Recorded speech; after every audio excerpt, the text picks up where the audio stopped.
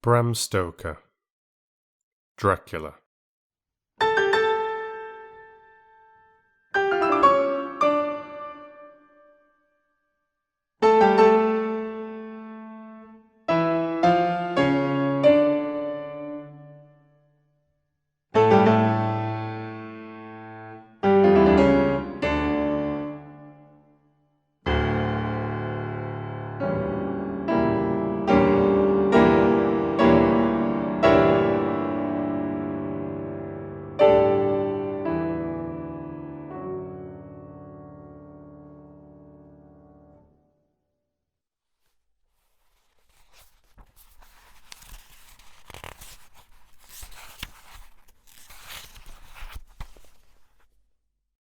Chapter 20.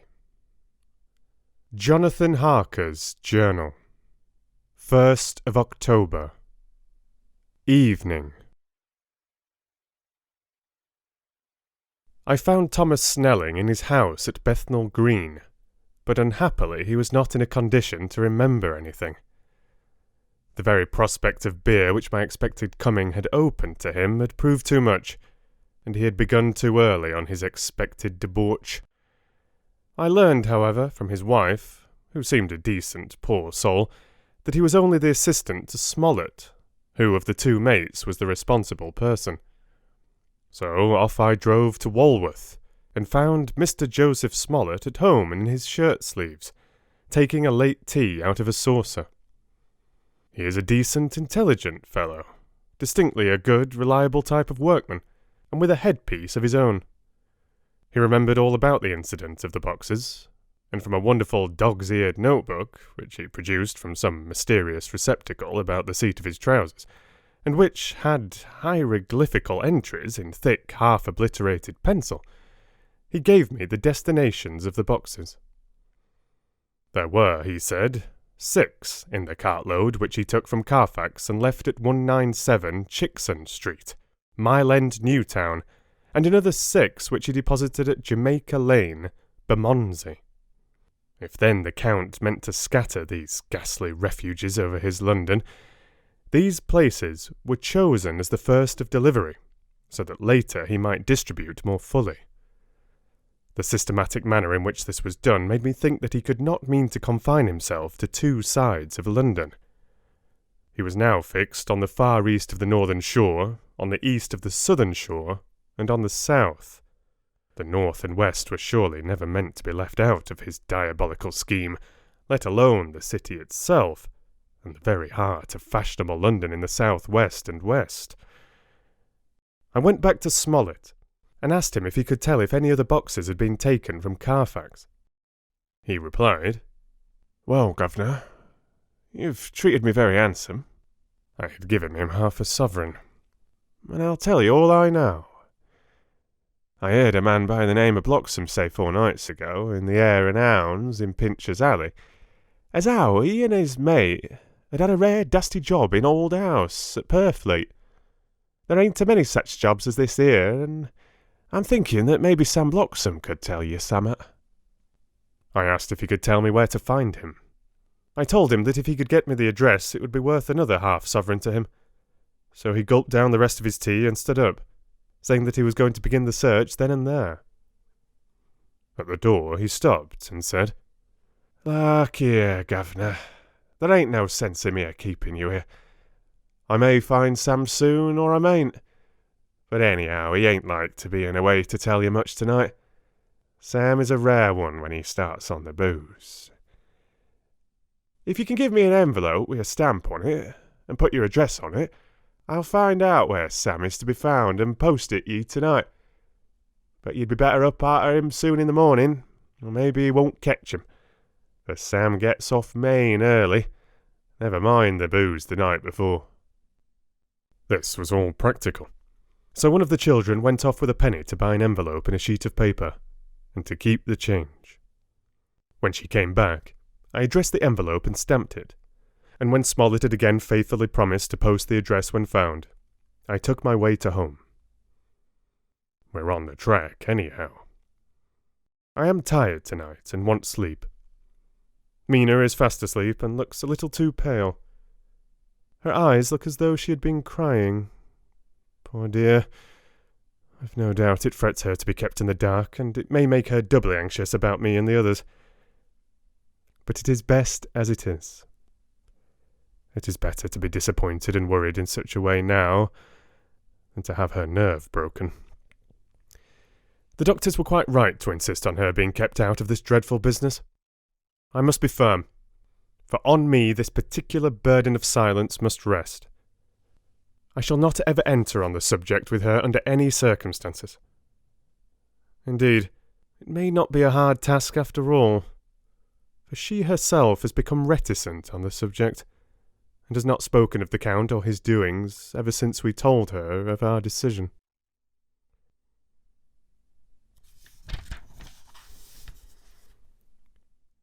Second of October. Evening. A long and trying and exciting day. By the first post I got my directed envelope with a dirty scrap of paper enclosed, on which was written with a carpenter's pencil, in a sprawling hand, Sam Bloxham, Corcoran's, 4, Poter's Court, Bartle Street, Walworth. Ask for the Deepite. I got the letter in bed, and rose without waking Mina. She looked heavy and sleepy and pale and far from well. I determined not to wake her, but that, when I should return from this new search, I would arrange for her going back to Exeter. I think she would be happier in our own home, with her daily tasks to interest her, than in being here amongst us, and in ignorance. I only saw Dr. Seward for a moment, and told him where I was off to, promising to come back and tell the rest so soon as I should have found out anything. I drove to Walworth, and found, with some difficulty, Potter's Court. Mr. Smollett's spelling misled me, and I asked for Poter's Court instead of Potter's Court. However, when I had found the court, I had no difficulty in discovering Corcoran's lodging-house. When I asked the man who came to the door for the Deepite, he shook his head and said, "I don't know him. There ain't no such a person here. I never heard of him in all my bloomin' days. Don't believe there ain't nobody of that kind living here or anywheres." I took out Smollett's letter, and as I read it, it seemed to me that the lesson of the spelling of the name of the court might guide me.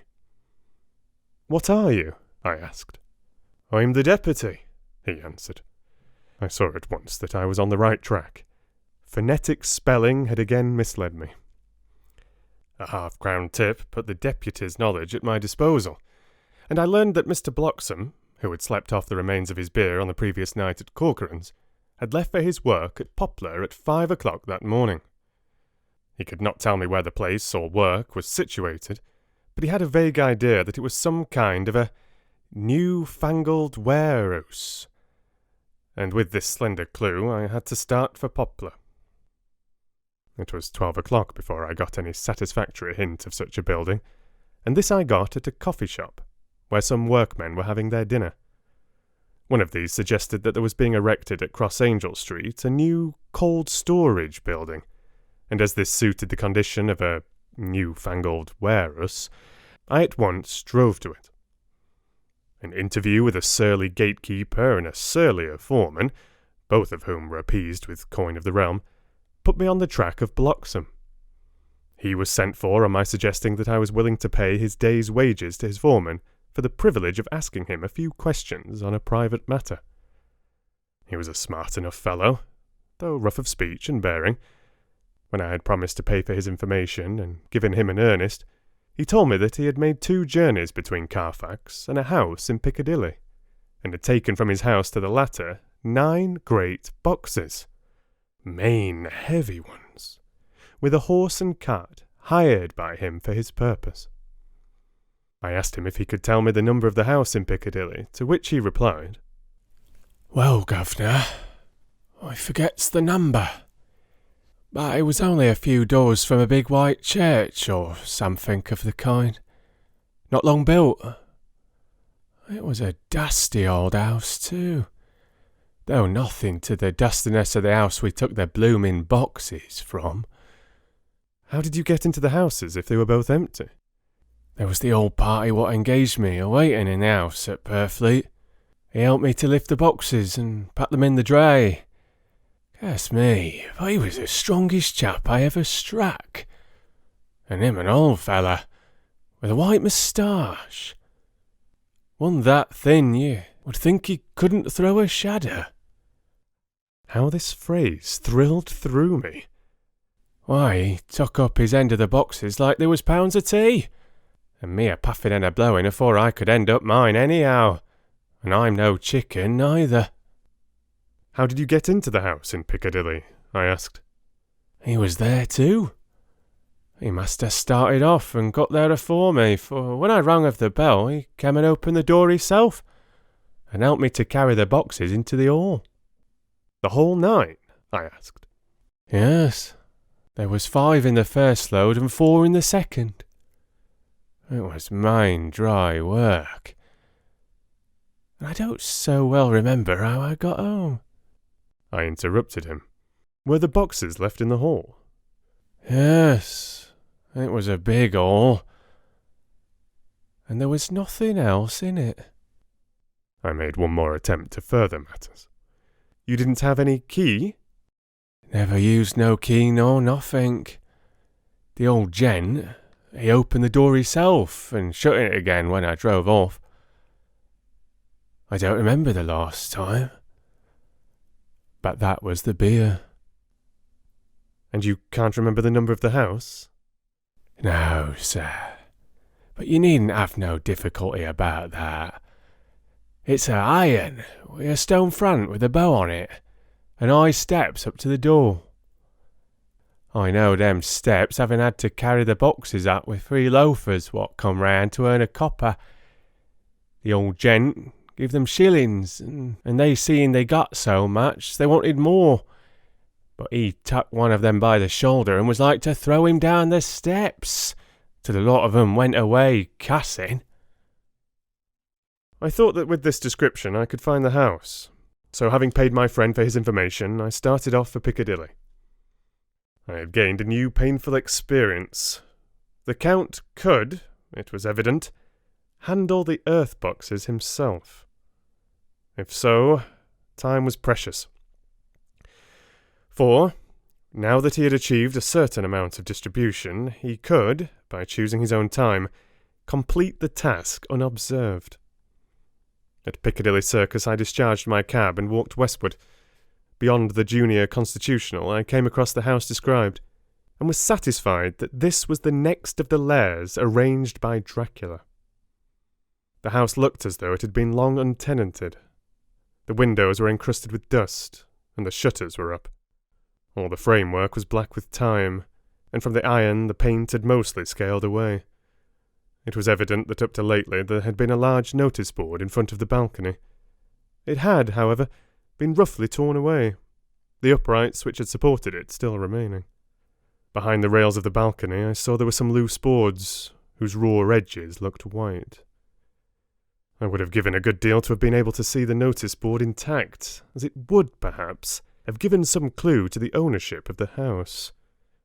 I remembered my experience of the investigation and purchase of Carfax, and I could not but feel that if I could find the former owner, there might be some means discovered of gaining access to the house. There was at present nothing to be learned from the Piccadilly side, and nothing could be done, so I went round to the back to see if anything could be gathered from this quarter. The mews were active, the Piccadilly houses being mostly in occupation. I asked 1 or 2 of the grooms and helpers whom I saw around if they could tell me anything about the empty house. One of them said that he heard it had lately been taken, but he couldn't say from whom. He told me, however, that up to very lately there had been a notice board of for sale up, and that perhaps Mitchell, Sons and Candy, the house agents, could tell me something, as he thought he remembered seeing the name of that firm on the board. I did not wish to seem too eager, or to let my informant know or guess too much, so, thanking him in the usual manner, I strolled away. It was now growing dusk, and the autumn night was closing in, so I did not lose any time. Having learned the address of Mitchell, Sons and Candy from a directory at the Berkeley, I was soon at their office in Sackville Street. The gentleman who saw me was particularly suave in manner, but uncommunicative in equal proportion. Having once told me that the Piccadilly house, which throughout our interview he called a mansion, was sold, he considered my business as concluded. When asked who had purchased it, he opened his eyes a thought wider, and paused a few seconds before replying, "It is sold, sir." "Pardon me," I said with equal politeness, "but I have a special reason for wishing to know who purchased it." Again he paused longer, and raised his eyebrows still more. "It is sold, sir," was again his laconic reply. "Surely," I said, "you do not mind letting me know so much?" "But I do mind," he answered. "The affairs of their clients are absolutely safe in the hands of Mitchell, Sons, and Candy." This was manifestly a prig of the first water, and there was no use arguing with him. I thought I had best meet him on his own ground, so I said, "Your clients, sir, are happy in having so resolute a guardian of their confidence. I am myself a professional man." Here I handed him my card. "In this instance I am not prompted by curiosity. I act on the part of Lord Godalming, who wishes to know something of the property which was, he understood, lately for sale." These words put a different complexion on affairs. He said, "I would like to oblige you if I could, Mr. Harker, and especially would I like to oblige his lordship. We once carried out a small matter of renting some chambers for him when he was the Honourable Arthur Homewood. If you will let me have his lordship's address, I will consult the house on the subject, and will, in any case, communicate with his lordship by tonight's post. It will be a pleasure if we can so far deviate from our rules as to give the required information to his lordship." I wanted to secure a friend and not to make an enemy, so I thanked him, gave the address at Dr. Seward's, and came away. It was now dark, and I was tired and hungry. I got a cup of tea at the Aerated Bread Company, and came down to Purfleet by the next train. I found all the others at home. Mina was looking tired and pale, but she made a gallant effort to be bright and cheerful. It wrung my heart to think that I had to keep anything from her, and so caused her inquietude. Thank God this will be the last night of her looking on at our conferences and feeling the sting of our not showing our confidence. It took all my courage to hold to the wise resolution of keeping her out of our grim task. She seems somehow more reconciled, or else the very subject seems to have become repugnant to her. For when any accidental allusion is made, she actually shudders. I am glad we made our resolution in time, as with such a feeling as this, our growing knowledge would be torture to her. I could not tell the others of the day's discovery till we were alone, so after dinner, followed by a little music to save appearances, even amongst ourselves, I took Mina to her room and left her to go to bed. The dear girl was more affectionate with me than ever, and clung to me as though she would detain me. But there was much to be talked of, and I came away. Thank God the ceasing of telling things had made no difference between us. When I came down again, I found the others all gathered round the fire in the study. In the train I had written my diary so far, and simply read it off to them as the best means of letting them get abreast of my own information. When I had finished, Van Helsing said, "This has been a great day's work, friend Jonathan. Doubtless we are on the track of the missing boxes. If we find them all in that house, then our work is near the end. But if there be some missing, we must search until we find them.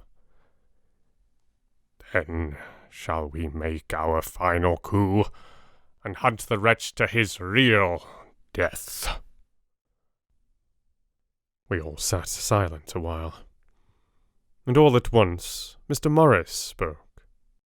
"Say, How are we going to get into that house? We got into the other, answered Lord Goldingming quickly. But this is different.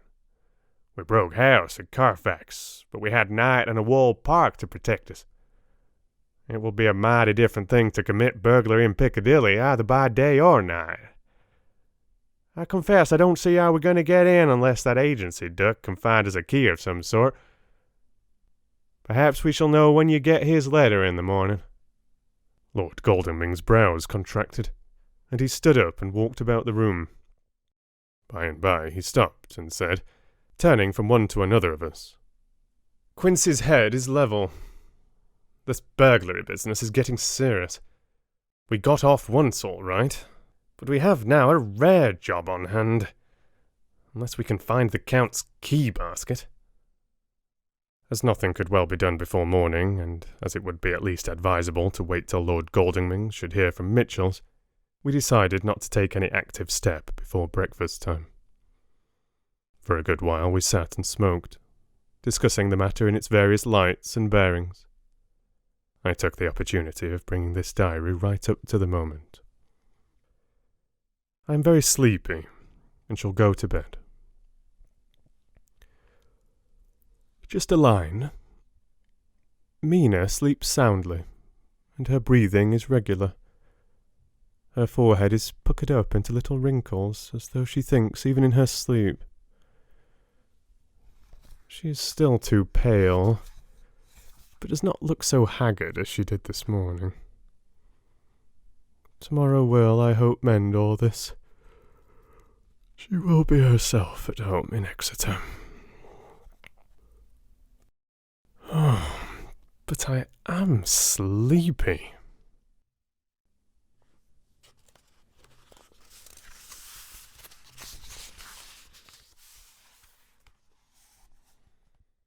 Dr. Seward's Diary, 1st of October. I am puzzled about Renfield. His moods change so rapidly that I find it difficult to keep touch of them, and as they always mean something more than his own well-being, they form a more than interesting study. This morning, when I went to see him after his repulse of Van Helsing, his manner was that of a man commanding destiny. He was, in fact, commanding destiny, subjectively. He did not really care for any of the things of mere earth. He was in the clouds, and looked down on all the weaknesses and wants of us poor mortals. I thought I would improve the occasion and learn something. So, I asked him, "What about the flies these times?" He smiled on me in quite a superior sort of way. Such a smile as would have become the face of Malvolio. As he answered me, "The fly, my dear sir, has one striking feature. Its wings are typical of the aerial powers of the psychic faculties. The ancients did well when they typified the soul as a butterfly." I thought I would push his analogy to its utmost, logically. So I said quickly, "Oh, it is a soul you are after now, is it?" His madness foiled his reason, and a puzzled look spread over his face, as, shaking his head with a decision which I had but seldom seen in him, he said, Oh no, I want no souls. Life is all I want." Here he brightened up. "I am pretty indifferent about it at present. Life is all right. I have all I want. You must get a new patient, Doctor, if you wish to study zoophagy." This puzzled me a little, so I drew him on. "Then you command life? You are a god, I suppose?" He smiled with an ineffably benign superiority. "Oh, no. Far be it from me to arrogate to myself the attributes of the deity. I am not even concerned in his especially spiritual doings. If I may state my intellectual position, I am, so far as concerns things purely terrestrial, somewhat in the position which Enoch occupied spiritually. This was a poser to me. I could not at the moment recall Enoch's appositeness, so I had to ask a simple question, though I felt that by doing so I was lowering myself in the eyes of the lunatic. And why Enoch? Because he walked with God. I could not see the analogy, but did not like to admit it, so I harked back to what he had denied. So you don't care about life, and you don't want souls? Why not? I put my question quickly and somewhat sternly, on purpose to disconcert him. The effort succeeded. For an instant he unconsciously relapsed into his old servile manner, bent low before me, and actually fawned upon me as he replied, I don't want any souls, indeed, I don't. I couldn't use them if I had them. They would be no manner of use to me. I couldn't eat them, or... He suddenly stopped, and the old cunning look spread over his face, like a wind sweep on the surface of the water.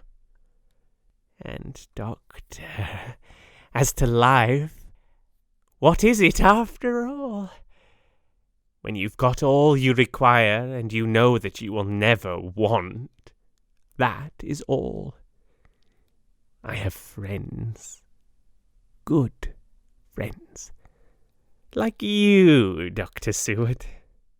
This was said with a leer of inexpressible cunning. I know that I shall never lack the means of life.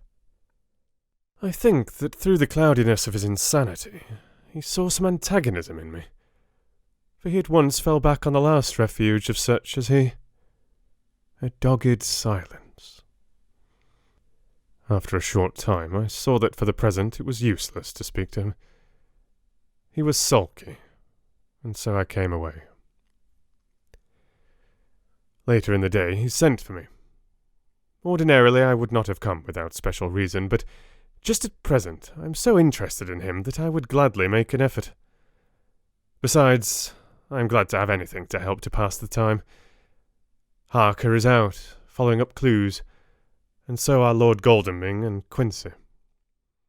Van Helsing sits in my study, poring over the record prepared by the Harkers. He seems to think that by accurate knowledge of all details he will light upon some clue. He does not wish to be disturbed in the work without cause. I would have taken him with me to see the patient, only I thought that after his last repulse he might not care to go again. There was also another reason.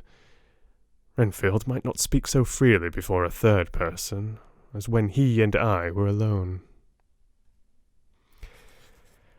I found him sitting out in the middle of the floor on his stool, a pose which is generally indicative of some mental energy on his part. When I came in, he said at once, as though the question had been waiting on his lips, What about souls? It was evident, then, that my surmise had been correct. Unconscious cerebration was doing its work, even with the lunatic. I determined to have the matter out. What about them yourself? I asked. He did not reply for a moment, but looked all round him, and up and down, as though he expected to find some inspiration for an answer. I don't want any souls, he said in a feeble, apologetic way. The matter seemed preying on his mind, and so I determined to use it. To be cruel only to be kind. So I said, You like life, and you want life? Oh, yes, but that is all right. You needn't worry about that. But, I asked, how are we to get the life without getting the soul also? This seemed to puzzle him, so I followed it up.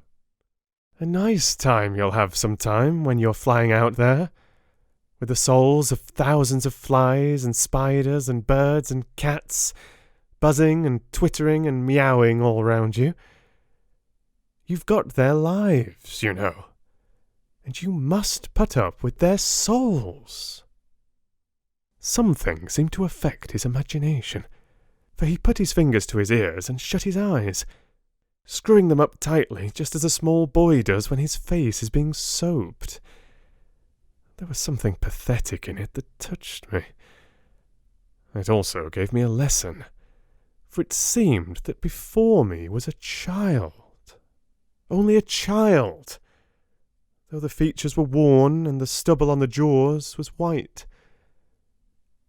It was evident that he was undergoing some process of mental disturbance.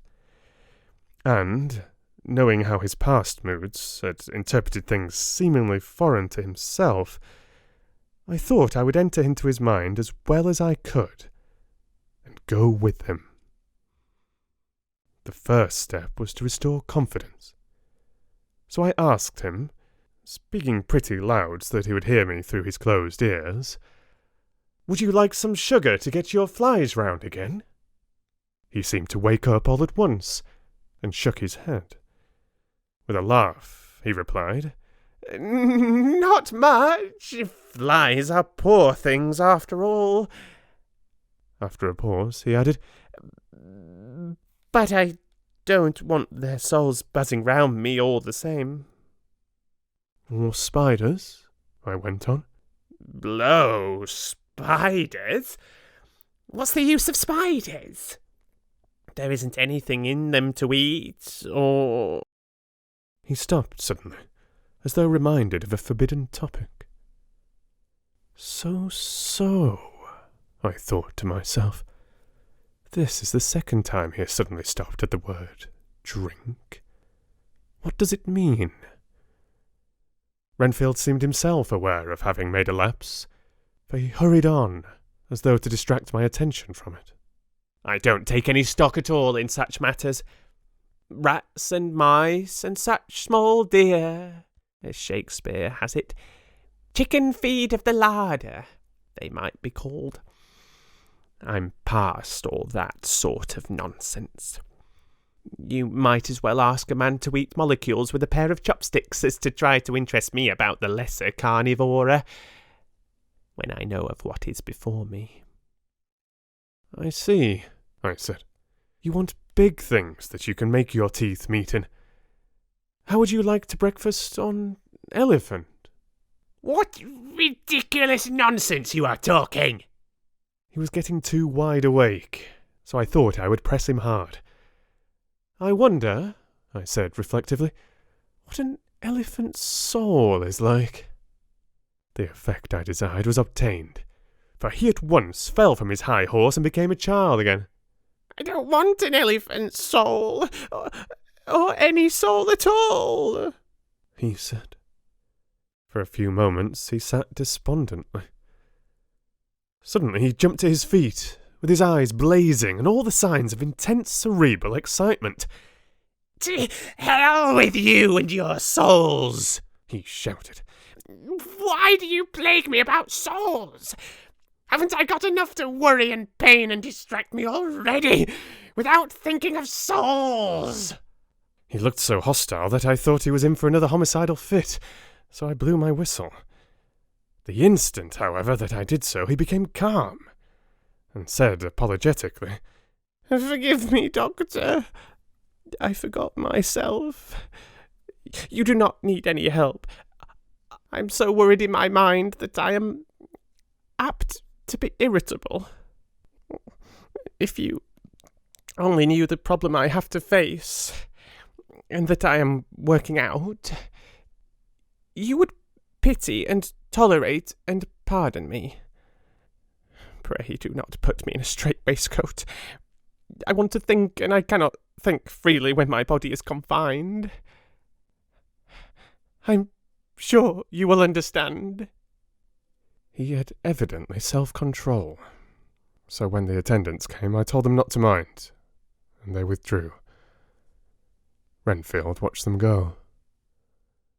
When the door was closed, he said, with considerable dignity and sweetness, "Dr. Seward, you have been very considerate towards me. Believe me that I am very, very grateful to you." I thought it well to leave him in this mood, and so I came away. There is certainly something to ponder over in this man's state. Several points seem to make what the American interviewer calls a story, if one could only get them in proper order. Here they are.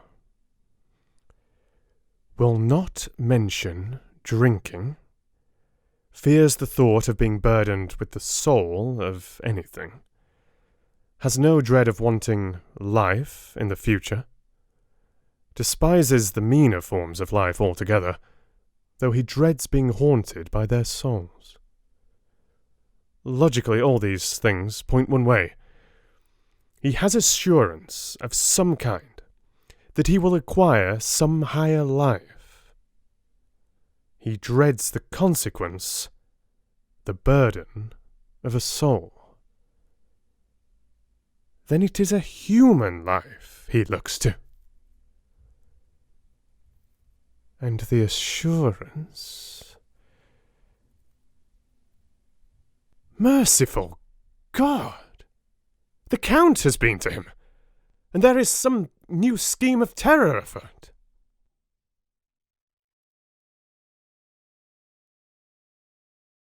Later. I went after my round to Van Helsing and told him my suspicion.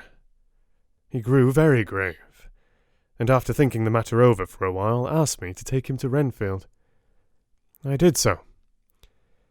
As we came to the door, we heard the lunatic within singing gaily, as he used to do in the time which now seems so long ago.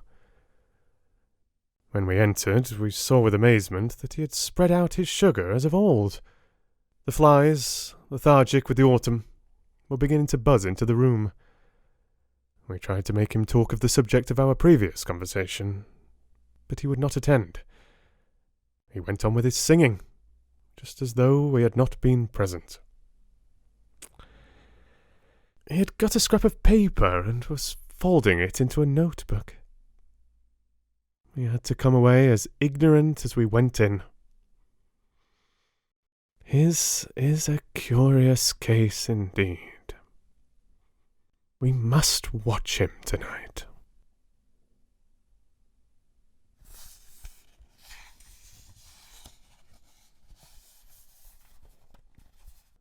Letter. Mitchell, Sons and Candy to Lord Godalming. 1st of October. My Lord, we are at all times only too happy to meet your wishes. We beg, with regard to the desire of your lordship, expressed by Mr. Harker on your behalf, to supply the following information concerning the sale and purchase of number 347 Piccadilly.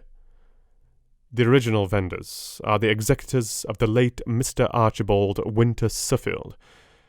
The purchaser is a foreign nobleman, Count de Ville, who effected the purchase himself, paying the purchase money in notes over the counter, if your lordship will pardon us using so vulgar an expression.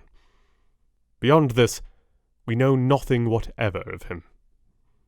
We are, my lord, your lordship's humble servants. Mitchell, Sons and Candy.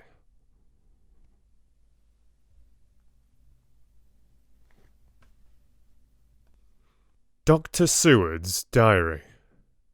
2nd of October. I placed a man in the corridor last night, and told him to make an accurate note of any sound he might hear from Renfield's room, and gave him instructions that if there should be anything strange he was to call me. After dinner, when we had all gathered round the fire in the study, Mrs. Harker having gone to bed, we discussed the attempts and discoveries of the day. Harker was the only one who had any results, and we are in great hopes that his clue may be an important one. Before going to bed, I went round to the patient's room and looked in through the observation trap. He was sleeping soundly, and his heart rose and fell with regular respiration. This morning, the man on duty reported to me that a little after midnight he was restless, and kept saying his prayers somewhat loudly. I asked him if that was all. He replied that it was all he heard. There was something about his manner so suspicious that I asked him point blank if he had been asleep. He denied sleep, but admitted to having dozed for a while. It is too bad that men cannot be trusted unless they are watched. Today, Harker is out following up his clue, and Art and Quincy are looking after horses. Goldeming thinks that it will be well to have horses always in readiness, for when we get the information which we seek, there will be no time to lose. We must sterilize all the imported earth between sunrise and sunset. We shall thus catch the Count at his weakest, and without a refuge to fly to. Van Helsing is off to the British Museum, looking up some authorities on ancient medicine. The old physicians took account of things which their followers do not accept, and the professor is searching for witch and demon cures, which may be useful to us later. I sometimes think we must be all mad, and that we shall wake to sanity in strait waistcoats.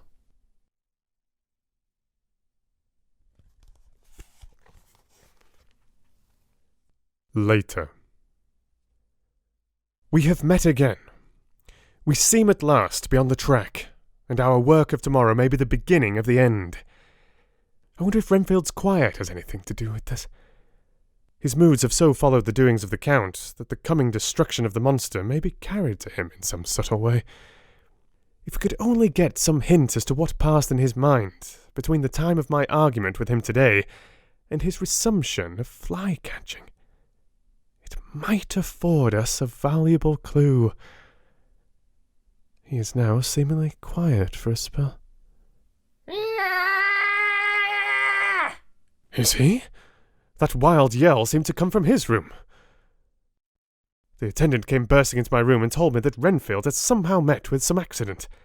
He had heard him yell, and when he went to him found him lying on his face on the floor, all covered with blood. I must go at once.